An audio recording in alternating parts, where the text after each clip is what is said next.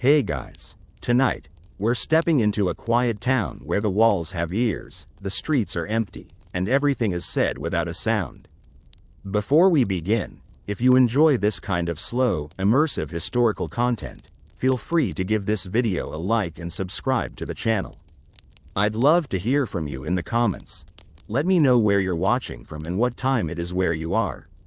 It's always fascinating to think about all of you scattered across the world, listening to these quiet moments from history. Now dim the lights, maybe turn on a fan for that soft hum, and let's drift back in time. You stand at your kitchen window, watching the morning mist settle over the cobblestones.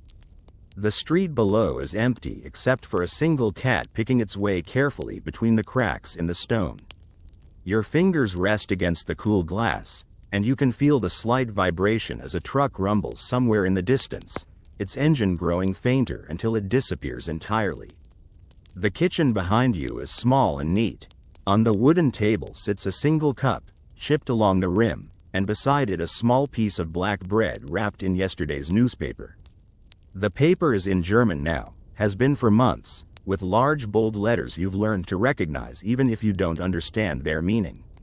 The photographs show faces of stern men in uniform, maps with arrows pointing in directions that mean nothing to you. You turn away from the window and walk to the sink. The water runs cold and thin from the tap, and you cup your hands beneath it, splashing your face with the icy water. It shocks you awake, but not unpleasantly. The towel beside the sink is rough and worn, and you pat your skin dry, feeling the coarse fabric against your cheeks. Your reflection in the small mirror above the sink looks back at you with familiar eyes. The same face you've always had, but somehow it feels different now, more guarded. You smooth down your hair with damp hands and notice how quiet everything is. Even the birds seem to sing more softly these days. You dress slowly, methodically. The same brown wool skirt, the same cream-colored blouse with the small tear near the left shoulder that you've mended twice now. Your shoes are practical, leather that was once black but has faded to a dull charcoal. The laces need replacing, but everything needs replacing these days, and you make do. From your bedroom window, you can see more of the town. The baker's shop across the street has been closed for weeks now, its windows covered with brown paper. Someone has pasted a notice over the paper, white with black text, but you're too far away to read it. You've learned not to be too curious about the notices anyway. The clock in your hallway ticks steadily, marking time that feels both too fast and too slow. You have work to do, errands to run, a life to live, but everything takes longer now.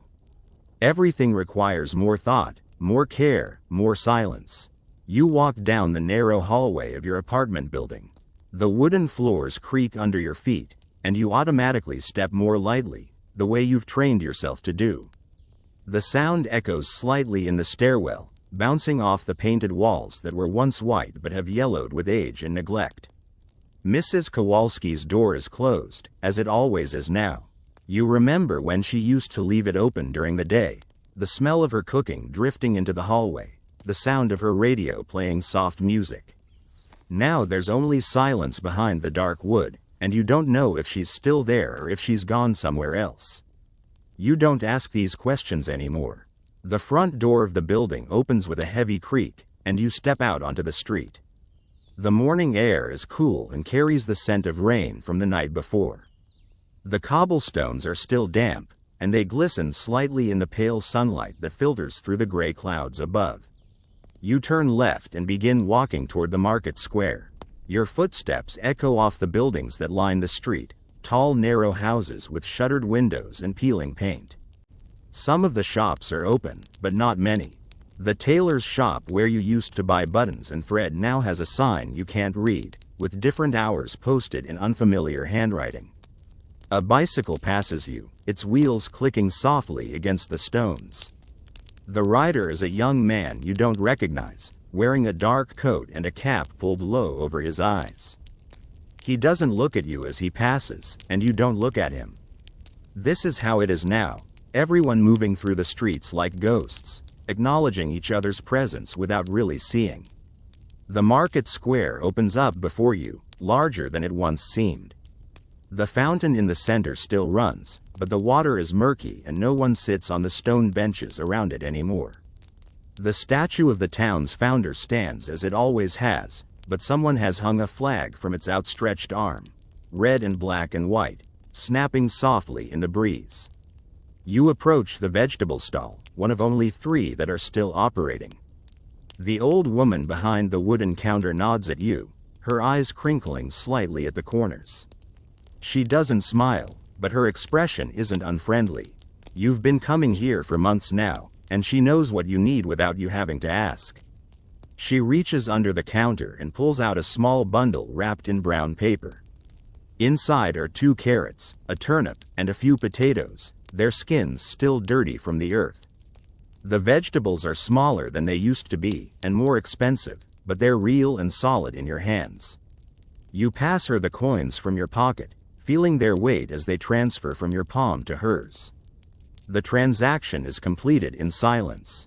She nods again, and you nod back, and then you're walking away, the bundle tucked under your arm. Behind you, you hear the soft murmur of her voice speaking to the next customer, but you don't turn around to see who it is. You take a different route home, walking down a street lined with lime trees. Their branches hang over the sidewalk, creating patches of shade and light that shift and move as the leaves rustle in the wind. Some of the leaves have already begun to turn yellow, though it's still early in the season. Everything feels premature now, as if time itself has been disturbed. A truck rumbles past, its engine loud and rough. Through the canvas covering the back, you catch glimpses of uniformed figures, but you look away quickly, focusing instead on the cracks in the sidewalk beneath your feet. The truck disappears around a corner, leaving behind the smell of diesel fuel and the fading sound of its engine. You pass a small church, its wooden doors closed and locked. The bell tower rises above the surrounding buildings, and you remember how it used to ring every hour, marking the passage of time with its deep, resonant tones. Now it's silent, has been for months, and you've learned to tell time by other means: the position of the sun, the emptying and filling of the streets, the quiet rhythms of a life lived more carefully. An older man approaches from the opposite direction, walking slowly with the aid of a wooden cane. His clothes are well worn but clean, and his gray hair is neatly combed. As he passes, he tips his hat slightly, and you nod in response. It's a small gesture, but it carries weight in its simplicity. You are both still here, still alive, still capable of acknowledging each other's existence with dignity. You turn onto your street and see a familiar figure ahead of you. It's your neighbor, Mr. Dubois, sweeping the front steps of his building. He works with careful, deliberate strokes, gathering the fallen leaves and debris into a small pile. When he sees you approaching, he pauses in his work and straightens up, his hand resting on the handle of his broom. You walk past, and he nods at you.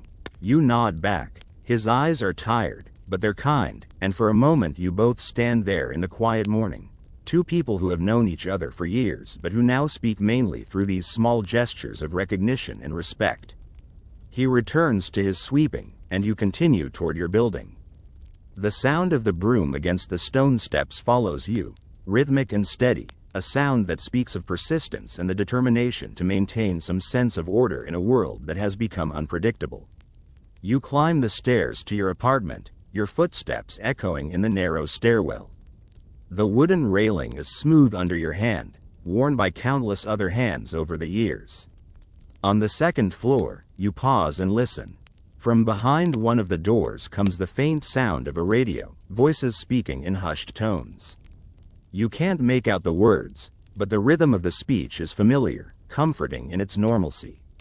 Inside your apartment, you unwrap the vegetables on the kitchen table. The carrots are firm and orange, the turnip pale and solid.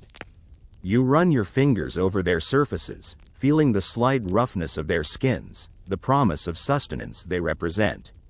Later, you'll peel them and cut them into small pieces, add them to the pot with some water and a pinch of salt, and they'll become soup. But for now, you simply sit at the table and look at them. Outside, The morning continues its slow progression toward afternoon. Somewhere in the distance, a dog barks once and then falls silent. A door closes softly, footsteps pass by on the street below, grow fainter, and disappear. You stand and walk to the window again. The street is busier now, though still quiet by the standards of what it used to be. A woman pushes a pram along the sidewalk, its wheels clicking softly against the stones. She's wearing a dark coat and a headscarf, and she keeps her eyes focused straight ahead as she walks. Two children run past, their shoes slapping against the cobblestones. They're not making much noise, but their movement brings a brief energy to the scene. They disappear around a corner, and the street settles back into its patient stillness. You prepare a small breakfast from what you have. The black bread is dense and sour, requiring careful chewing, but it fills the hollow space in your stomach. You eat slowly, methodically, making it last. The newspaper beneath the bread crackles as you move it, and you smooth it out with your hands, studying the incomprehensible text and the stern faces in the photographs.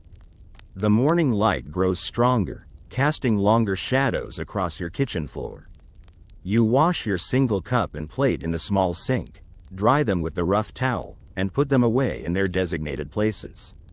Everything has its place now, and you've learned to appreciate the security of routine, the comfort of knowing where things are and how they should be arranged. A knock at your door interrupts the quiet rhythm of your morning. It's soft, almost hesitant, but distinct. You freeze for a moment, listening. The knock comes again, 3 gentle taps against the wood. You walk to the door and stand beside it, your hand resting on the frame. "Who is it?" you ask quietly.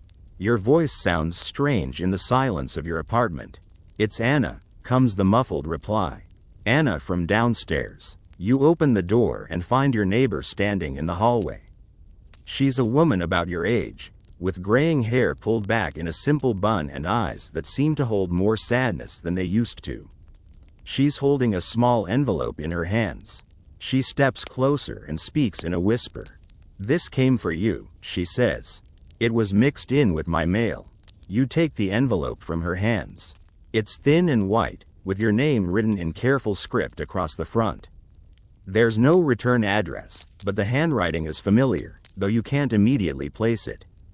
"Thank you," you whisper back. She nods and turns to go, then pauses and looks back at you. "Everything all right?" she asks, though her tone suggests she already knows the answer. "As well as can be expected," you reply. She nods again, understanding, and then she's gone, her footsteps disappearing down the stairs.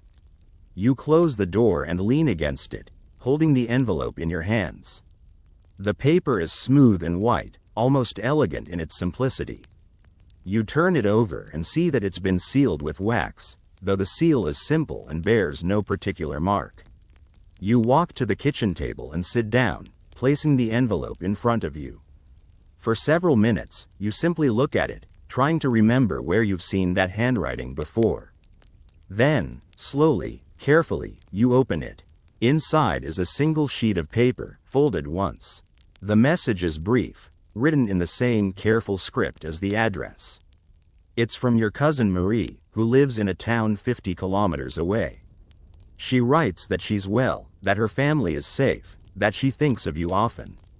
She mentions the weather, the garden behind her house, a book she's been reading. Ordinary things, safe things, but between the lines you can read the deeper message. We're still here. We are still alive. We remember each other. You fold the letter carefully and place it in the drawer of your kitchen table, beneath the few other papers you keep there. The envelope you tear into small pieces and throw away. This is how correspondence works now, with more care, more thought, more awareness of who might be watching. The morning slides gradually into afternoon. You spend time cleaning your small apartment, wiping down surfaces, sweeping the floors, arranging and rearranging the few possessions you have left. The work is methodical and soothing, requiring just enough concentration to keep your mind occupied without demanding too much thought. You dust the small shelf that holds your books. There aren't many of them now. Some disappeared during the early days of the occupation, Others you've hidden away in places where they're less likely to be noticed. The ones that remain are innocuous. A cookbook, a volume of poetry by a long-dead author, a book about gardening that belonged to your mother. You open the poetry book and read a few lines, running your finger along the printed words. The language feels familiar and comforting, a reminder of continuity in a world where so much has changed. The poet wrote about love and loss, about the beauty of ordinary moments, about the persistence of hope even in dark times. His words seem more relevant now than they ever did before. The afternoon light shifts and changes, casting different shadows across your floors and walls. You watch the light move, noting how it illuminates different objects at different times, how it creates patterns that appear and disappear with the movement of the sun. A truck passes outside, its engine growling roughly as it navigates the narrow street. You don't go to the window to look, but you listen as the sound grows closer, passes directly below, and then fades into the distance. These sounds have become part of the rhythm of your days, markers of time and movement in a world that has become more constrained. You decide to venture out again, this time to visit the small shop where you sometimes buy thread and needles. Your mending basket is nearly empty, but there are always small repairs to be made, holes to be patched, tears to be sown. The work gives you something to do with your hands in the long evenings, and there's satisfaction in making something whole again.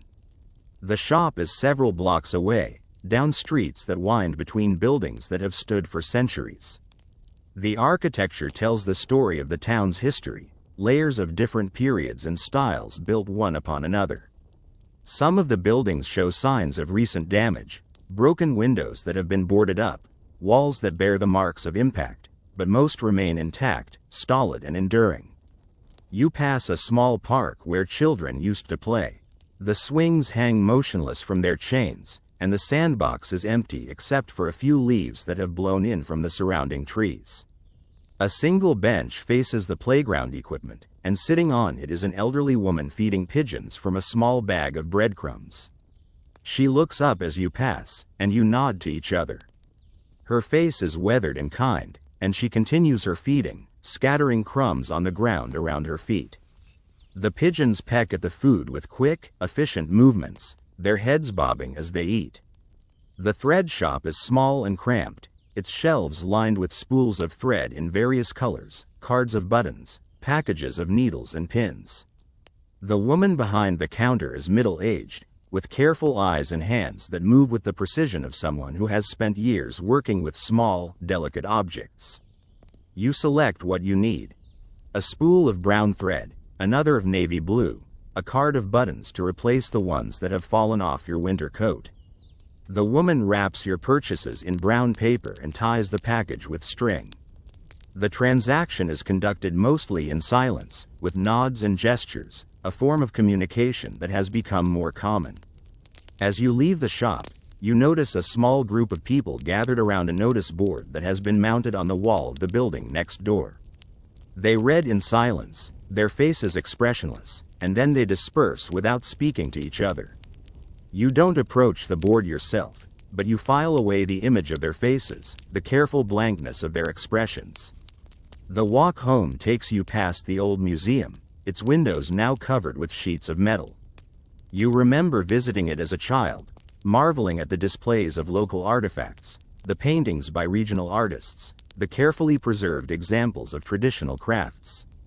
Now it's closed indefinitely, its contents presumably stored away somewhere safe, waiting for a time when they can be displayed again. A woman walks toward you, carrying a string bag that contains a few potatoes and what looks like a small cabbage. She's dressed plainly but neatly, and her hair is covered with a dark scarf. As she passes, you catch her eye for just a moment, and she gives you the smallest of smiles. It's gone so quickly you might have imagined it, but it leaves you feeling slightly warmer. Back in your apartment, you unwrap your purchases and arrange them in the small basket where you keep your sewing supplies. The threads are smooth and strong between your fingers, and the buttons are simple but well made. You select a shirt that needs mending, a small tear in the seam of the sleeve, and thread your needle with the brown thread. The work is precise and meditative.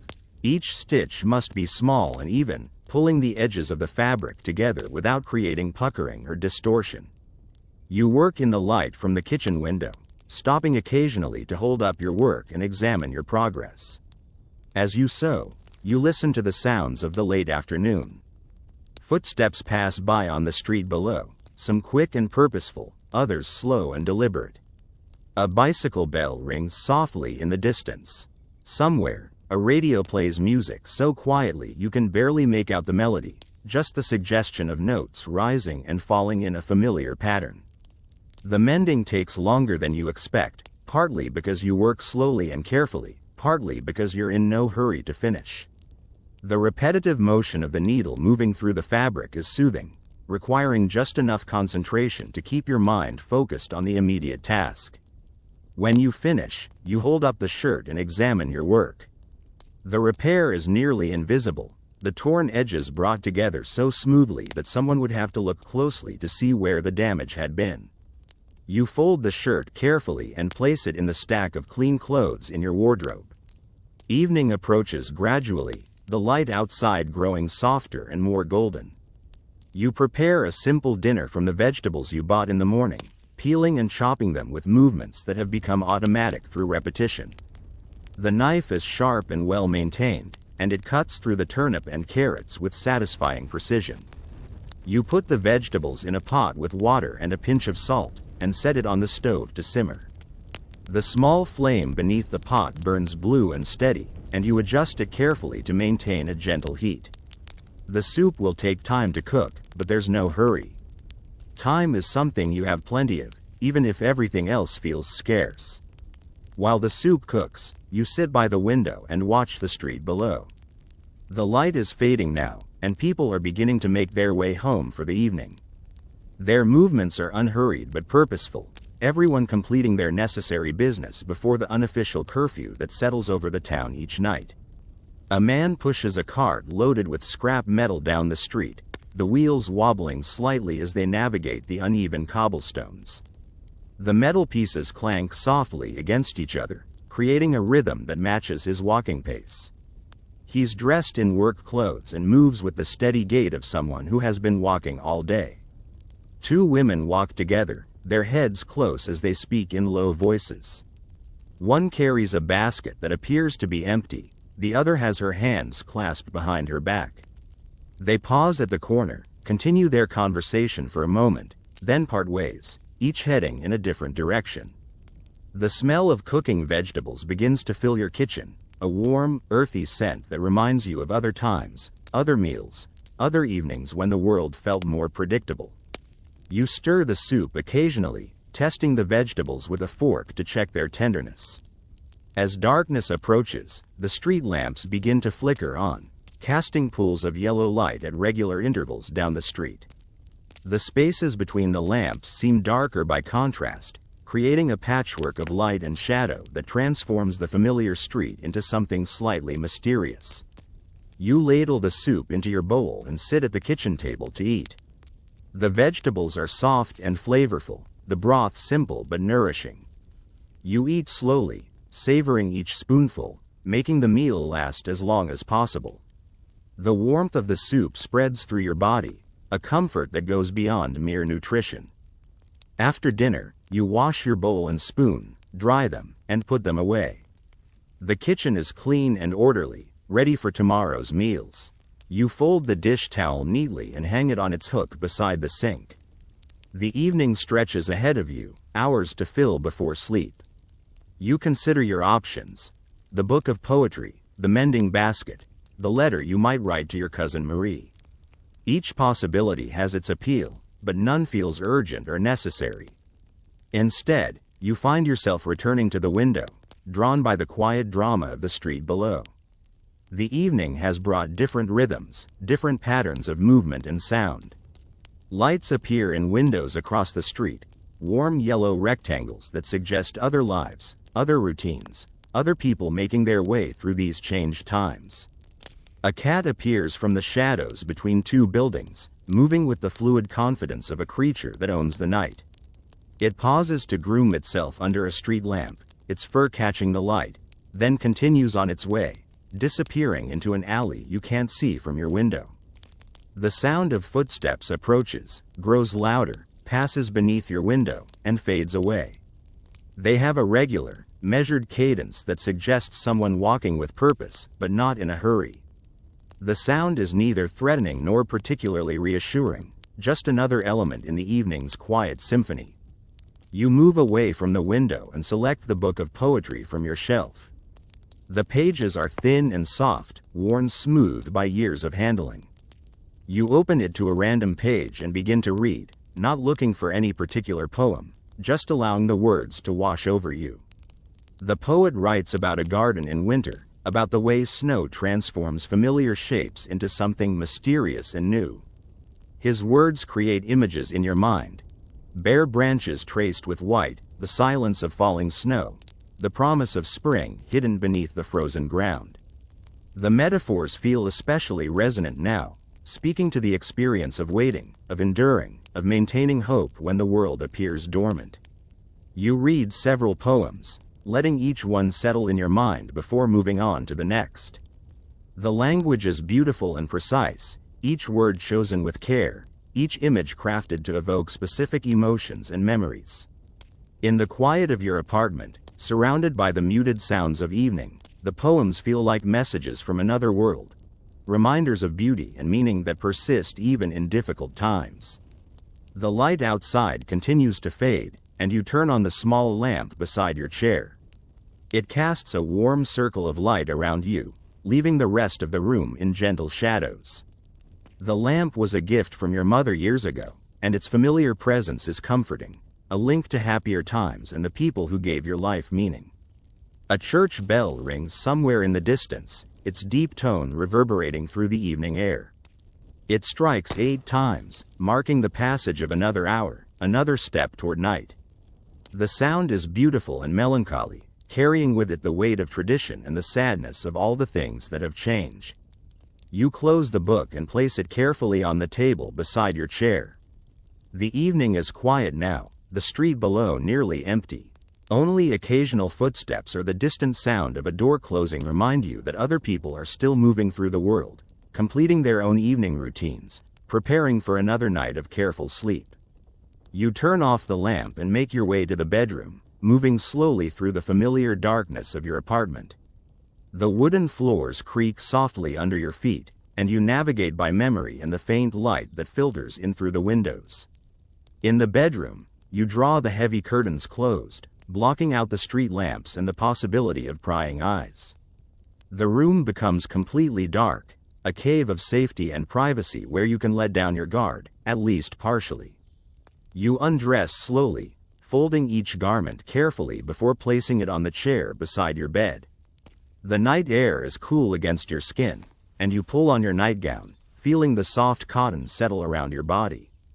The fabric has been washed so many times it's become incredibly soft, almost like wearing a cloud. You sit on the edge of your bed and brush your hair with long, slow strokes. The brush was your grandmother's, with a silver back that has tarnished with age but still catches what little light filters through the curtains. Each stroke is soothing, a ritual that helps prepare your mind for sleep. Outside, the night settles over the town like a blanket. You can hear the distant sound of a truck changing gears as it navigates a hill somewhere beyond the edge of town. The sound grows fainter and fainter until it disappears entirely, leaving only the profound silence that has become the soundtrack of these times. You slip between the sheets, feeling the cool cotton against your skin. The bed is narrow but comfortable, and you've learned to sleep in the center, taking up as little space as possible. The mattress is firm and supportive, and the pillow cradles your head with familiar softness. As you lie in the darkness, your mind begins to review the day. The vegetables from the market, the letter from your cousin, the mending you completed, the soup you made and ate. Each memory is clear and distinct, proof that you lived another day, that you continued to exist and function and find small pleasures in a world that has become unpredictable. The sounds of the night filter through the walls of your building. Somewhere, a door closes softly. Footsteps pass by on the street, grow fainter, disappear. A cat meows in the distance, a lonely sound that speaks of solitude and survival. You pull the blankets up to your chin and feel the weight of them settling over your body. The bed is warm now, heated by your presence, and you allow yourself to relax into its embrace. Your breathing slows and deepens, and you feel the tension of the day beginning to release its hold on your muscles. Tomorrow will bring another day much like this one. Careful routines, quiet observations, small tasks completed with methodical precision.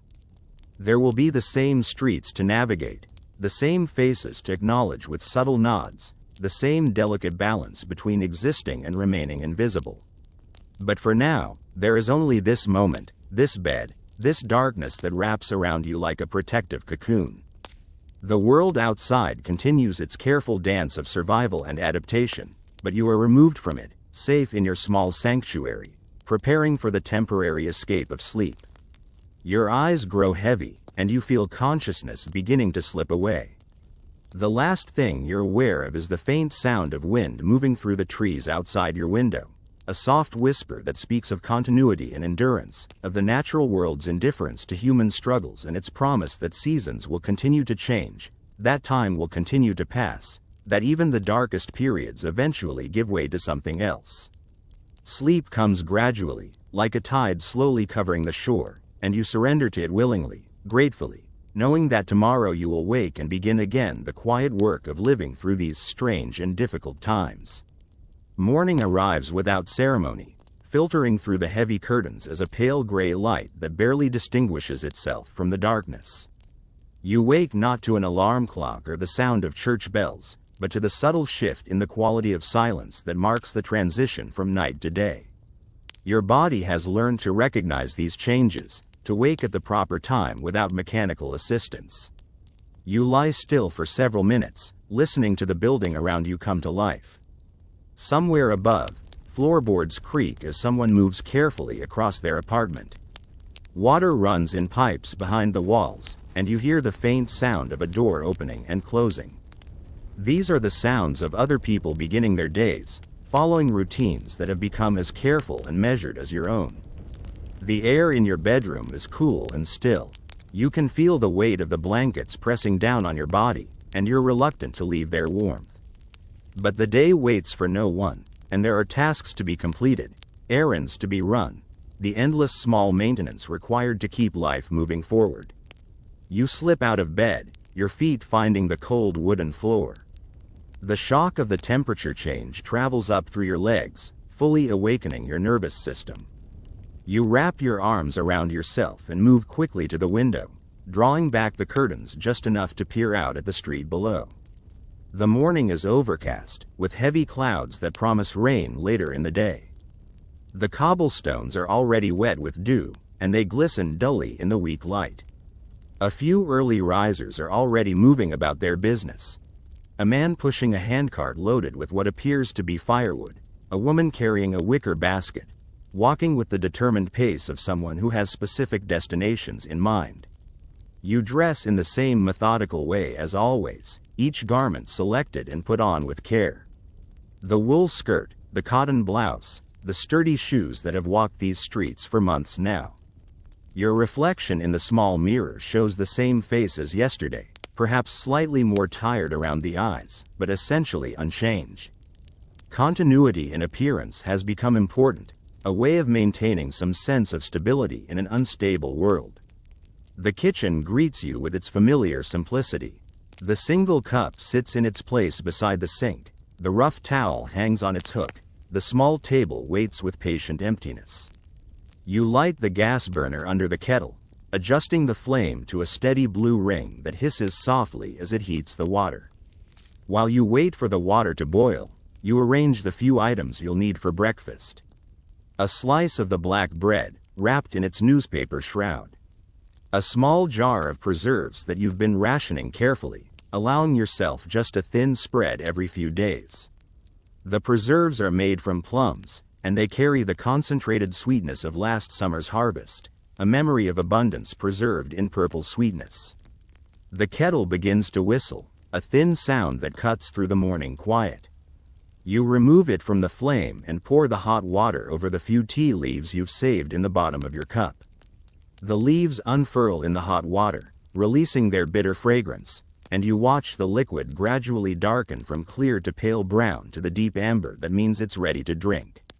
You sit at the kitchen table and eat your breakfast slowly, making each bite last as long as possible. The bread requires patient chewing, its dense texture yielding flavor gradually. The preserves provide moments of sweetness that contrast with the bread's sour tang. The tea warms you from the inside, its bitterness somehow comforting in its familiarity. Through the kitchen window, you watch the street continue to wake up. More people appear, moving with the cautious efficiency that has become the standard pace of life. A group of children passes by, walking close together, their voices kept low even in play. They carry satchels that suggest they're on their way to school, though you know the school has been changed, the lessons altered, the teachers replaced with ones who will teach approved subjects in approved ways. A bicycle bell rings softly, and you see a man pedaling slowly down the street. His bicycle is old and well maintained, its metal frame dulled by years of use but still functional. He rides carefully, avoiding the deeper cracks in the cobblestones, his movements economical and precise. As he passes your building, he glances up briefly, and for a moment your eyes meet through the glass. He nods almost imperceptibly, and you nod back, a small acknowledgement of shared existence. After breakfast, you clear the table and wash your few dishes. The water from the tap runs cold and clear, and you work the coarse soap into a thin lather that removes the grease from your plate and cup. The washing is methodical, almost meditative, requiring just enough attention to keep your mind occupied without demanding deep concentration. You dry the dishes with the rough towel and return them to their designated places. Everything in your kitchen has a specific location, and you've developed the habit of always returning items to exactly where they belong. This precision has become important, a way of maintaining control over the small world of your apartment when the larger world has become unpredictable. The morning chores completed, you face the question of how to spend the day. Work is no longer what it used to be. The office where you once kept books and managed correspondence has been reorganized, placed under new management, staffed with people who ask different questions and keep different records. You still go there sometimes, when there's work to be done, but the hours are irregular and the pay uncertain. Today, you decide, you'll visit the library. It's one of the few public buildings that remains relatively unchanged, though you know the collection has been altered, certain books removed, others added. But there are still books to read, still quiet spaces where you can sit and let your mind travel to other places and times. You put on your coat, the same dark wool garment you've worn for years. It's showing signs of wear now, thin patches at the elbows, a button that's been replaced with one that doesn't quite match. But it's warm and serviceable, and it carries the familiar scent of your daily life, a mixture of soap and cooking and the indefinable smell of home. The walk to the library takes you through the heart of the old town, past buildings that have stood for centuries and others that show more recent damage. Some of the shop windows are boarded up, others display goods that seem almost random in their selection. A butcher shop that now sells mostly root vegetables. A bookstore that has become a place where people bring items to trade or sell. You pass the old courthouse, its stone steps worn smooth by generations of foot traffic. The building is still in use, but for different purposes now, with different flags hanging from its windows and different people going in and out. You don't look too closely at the notices posted on its doors, having learned that some information is better left unread. The library sits on a quiet square, surrounded by plane trees whose leaves are beginning to turn yellow and brown.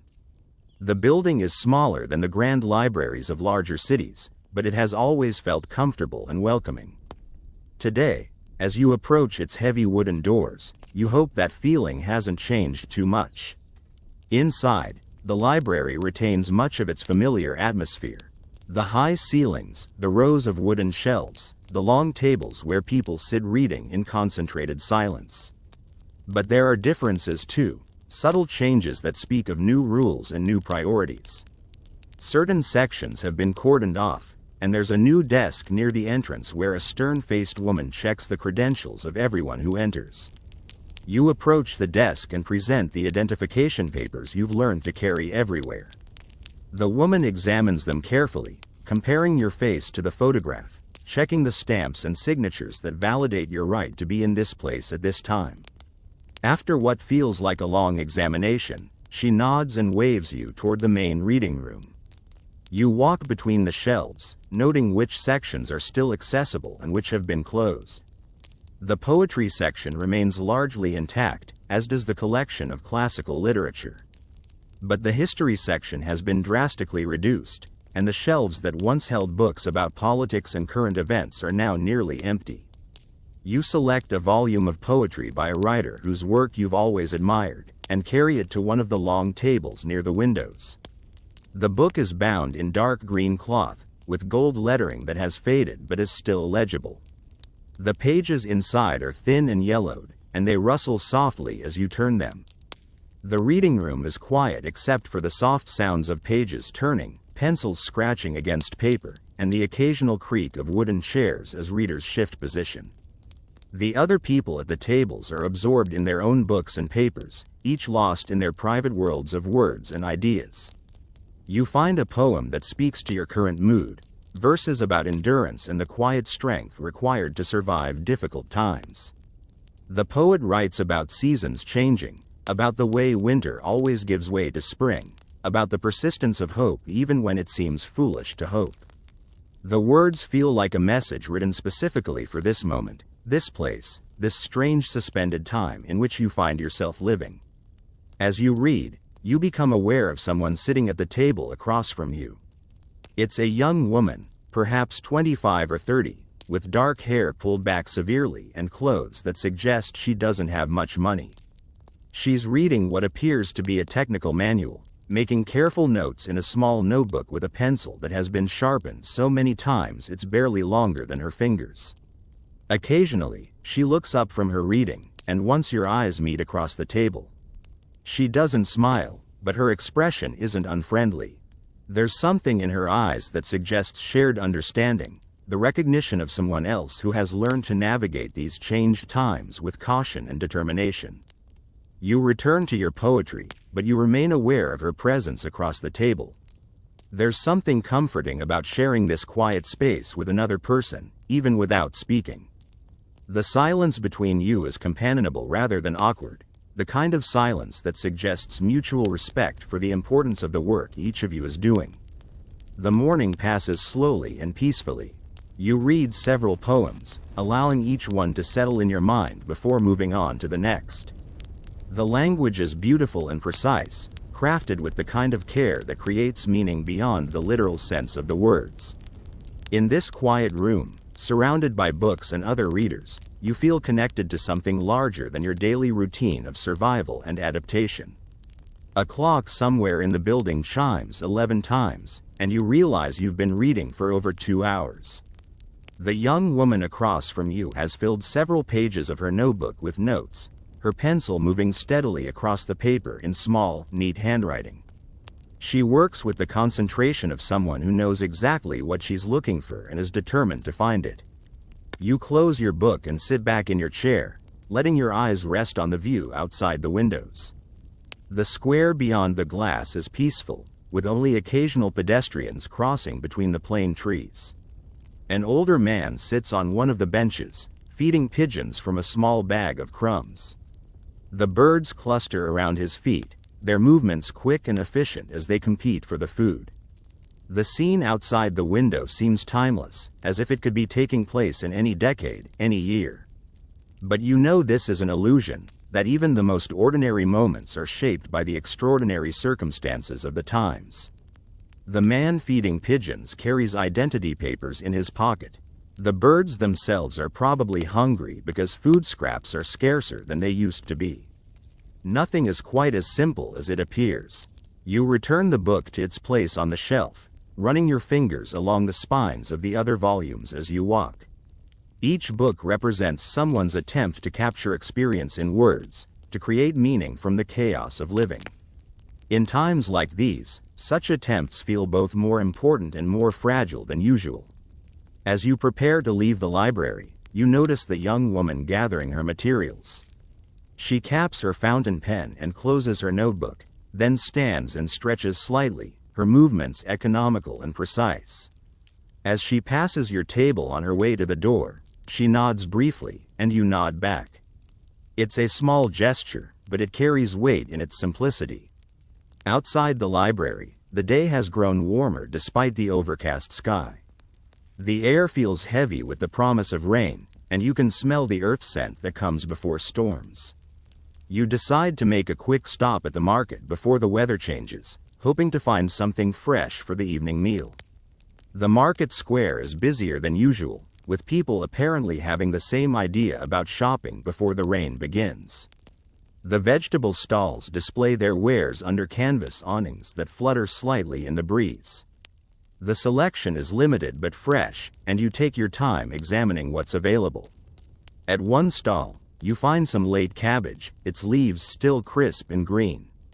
The vendor is an older woman with calloused hands and eyes that suggest she's spent her life working outdoors. She weighs the cabbage on a scale that looks like it's been in use for decades, its metal surfaces worn smooth by countless transactions. You also select some onions and a bunch of carrots, their orange color bright against the gray day. The vegetables are more expensive than they used to be, but they're real and substantial, and you know they'll make a satisfying soup that can last for several meals. As you pay for your purchases, the first drops of rain begin to fall. They're large and heavy, splashing against the cobblestones and creating dark spots on the canvas awnings. The vendor quickly begins covering her remaining produce with oiled cloth, and other shoppers hurry to complete their business before the weather worsens. You walk home through streets that are rapidly emptying as people seek shelter from the approaching storm. The rain intensifies gradually, from scattered drops to a steady drizzle to a proper downpour that sends streams of water running along the gutters. Your coat protects you from the worst of it, but you can feel dampness seeping through at the collar and cuffs. By the time you reach your building, you're thoroughly wet but not uncomfortably so. There's something satisfying about being caught in the rain, about feeling the weather as a physical presence that affects your body and movement. It's a reminder that some things remain beyond human control, that nature continues its cycles regardless of political changes or social upheaval.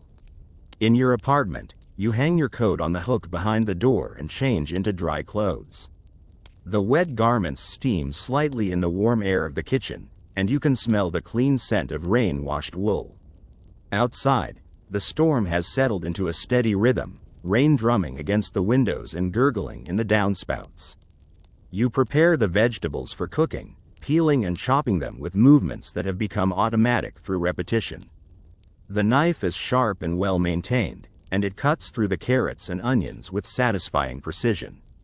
The work is meditative, requiring just enough concentration to keep your mind focused on the immediate task. The cabbage leaves separate easily under your hands, revealing the pale green layers within. You shred them into thin strips that will cook quickly and evenly. The onions make your eyes water slightly, but not unpleasantly, and their sharp scent fills the kitchen with the promise of flavor to come. You heat a small amount of oil in your largest pot, then add the onions to cook slowly until they become translucent and sweet. The sizzling sound is gentle and rhythmic, and you stir occasionally with a wooden spoon that has been darkened by years of use. The onions gradually change color and texture, becoming soft and golden as they release their moisture. The rain continues steadily outside, turning the street into a river of reflected light. From your kitchen window, you can see people hurrying past with newspapers held over their heads, their footsteps splashing through puddles that have formed in the low spots between cobblestones.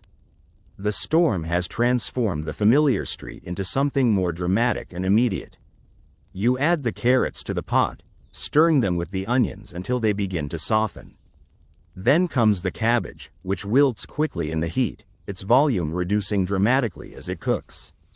Finally, you add water and salt, adjusting the heat to maintain a gentle simmer that will blend the flavors without overwhelming them. The soup will need time to cook properly, so you settle into the chair by the kitchen window to watch the rain and wait. There's something deeply satisfying about having food cooking on the stove while a storm rages outside.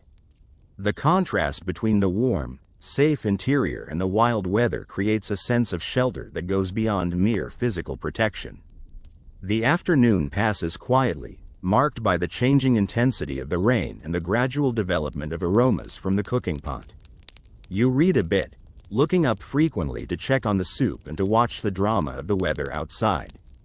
The storm moves through several phases, from heavy downpour to gentle mist to periods of almost clearing before the rain begins again. Sometime after 3 o'clock, you hear footsteps in the hallway outside your apartment.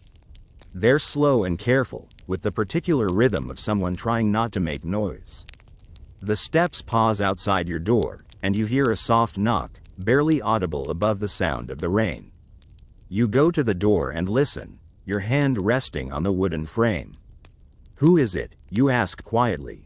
"It's Anna," comes the whispered reply. "The same neighbor who brought you the letter yesterday," her voice carrying the same cautious tone. You open the door and find her standing in the hallway, her hair damp from the rain and her coat spotted with water. She's carrying a small bundle wrapped in oiled cloth, and her expression suggests she has something important to discuss. "Come in," you say, stepping aside to let her enter. She moves quickly into your apartment and waits while you close the door behind her. "I hope I'm not disturbing you," she says, keeping her voice low even though you're now behind closed doors. Her eyes take in the warm kitchen, the pot simmering on the stove, the general atmosphere of domestic tranquility. "Not at all," you reply. "Would you like some tea?" She nods gratefully, and you prepare another cup, adding hot water to tea leaves that have already been used once but still have flavor to give. She sits at your kitchen table and unwraps her bundle, revealing a small loaf of bread that looks different from the usual black bread available in the shops. "My sister sent this from the countryside," she explains. "She has connections there, people who still bake the old way. I thought you might enjoy some." Then another responds from a different direction. It's a conversation in a language you don't speak but somehow understand, a recognition of territory and presence that transcends the complexities of human communication. The sounds are comforting in their simplicity and honesty. You finish mending the sock and hold it up to examine your work. The repair is neat and strong, invisible from a distance but satisfying in its precision. You fold it carefully and place it with the other mended items, then select the next piece that needs attention. The shirt with the loose button requires different skills.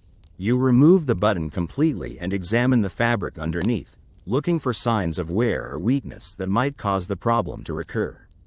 The material is still sound, so you sew the button back on with careful stitches that anchor it securely to the fabric. As you work, your mind drifts to thoughts of other times, other seasons, other evenings spent in similar activities. There's comfort in the continuity of these simple tasks, in the knowledge that people have been mending clothes and preparing food and tending to their homes for thousands of years. The specific circumstances change, but the basic human needs remain constant. The light outside begins to fade as evening approaches. You put away your sewing and prepare to serve yourself some of the soup you made earlier. The kitchen fills with the rich aroma as you lift the lid of the pot, and you ladle a generous portion into your bowl. The soup is everything you hoped it would be, warm and nourishing and full of flavor. The vegetables have maintained their individual textures while blending their tastes, and the broth carries the complexity that comes from slow, patient cooking. You eat it with slices of the bread Anna brought, savoring the contrast between the liquid and solid, the warm and the merely cool. As you eat, you watch the street outside transition from day to evening. Lights begin to appear in windows across the way, warm yellow rectangles that suggest other people preparing their own evening meals, settling into their own routines of rest and sustenance. The sight is reassuring, a reminder that you're not alone in this careful existence. After dinner, you clean your dishes and put them away, Then spend some time organizing your small pantry. Food storage has become more important since supplies became uncertain, and you've learned to keep careful track of what you have and how long it might last. The bread from Anna will provide several more meals, and the remaining soup will serve for tomorrow's lunch and perhaps the day after. You take out paper and pen to write a brief note to your cousin Marie, a response to the letter you received yesterday. The paper is precious now, so you write carefully, making sure each word is necessary and correctly spelled. You tell her about the rain, about Anna's visit, about the small pleasures of a quiet day. Between the lines, you hope she'll read the larger message, that you're managing, that you're finding ways to maintain dignity and humanity despite everything. The letter is brief by necessity, but it says what needs to be said. You fold it carefully and place it in an envelope, writing her address in the same careful script you use for everything these days. Tomorrow, you'll find a way to send it, through channels that have become more complex but still function for those who know how to use them. Evening settles over the town like a familiar blanket. You can hear the quiet sounds of other people preparing for night. Water running in pipes, doors closing softly, the distant murmur of voices kept deliberately low. Everyone has learned the rhythms of discretion, the importance of not drawing unnecessary attention. You prepare for bed with the same methodical care you bring to everything else. Each garment is removed and folded properly, placed in its designated location. The process is unhurried and deliberate, a ritual that helps separate the activities of day from the rest of night. In the bathroom, you wash your face and hands with cold water and the harsh soap that's all you can obtain. The water is shocking against your skin, but it leaves you feeling clean and alert. You brush your teeth with movements that have become automatic, another small maintenance task that helps preserve the fiction of normalcy. Back in the bedroom, you draw the heavy curtains closed and turn off the small lamp beside your bed. The room becomes completely dark, a private space where you can let down your guard, at least partially. The darkness is comforting rather than frightening, a refuge from the constant need to be watchful and careful. As you settle into bed, you can hear the night sounds of the building around you. Someone coughs softly in the apartment above, and there's the distant sound of footsteps in the hallway. These sounds are familiar now, part of the acoustic landscape of your daily life. They speak of other people managing their own versions of this careful existence. The sheets are cool and smooth against your skin, and you adjust the blankets to create the perfect cocoon of warmth. Your body relaxes gradually into the familiar embrace of the mattress, releasing the small tensions that accumulate throughout the day. Sleep is still some time away, but the process of preparing for it has begun. You think about the day that's ending, reviewing its small events and quiet satisfactions. The successful shopping trip, the good soup, Anna's visit and the gift of proper bread, the peaceful hours spent reading and mending. Each memory is modest in scope but significant in its contribution to the larger project of maintaining a meaningful life under difficult circumstances. Tomorrow will bring another day of similar challenges and similar small victories. There will be errands to run, tasks to complete, people to acknowledge with careful nods and cautious smiles. The weather may be different, the specific details will vary, but the underlying rhythms will remain constant. But that's tomorrow's concern. Tonight, there's only this bed, this darkness, this gradual slide toward the temporary escape of sleep. Your breathing slows and deepens, and you feel consciousness beginning to loosen its hold on your thoughts. The last thing you're aware of is the sound of rain beginning again outside your window, a soft pattering that promises to continue through the night, washing the streets clean for another day of careful living.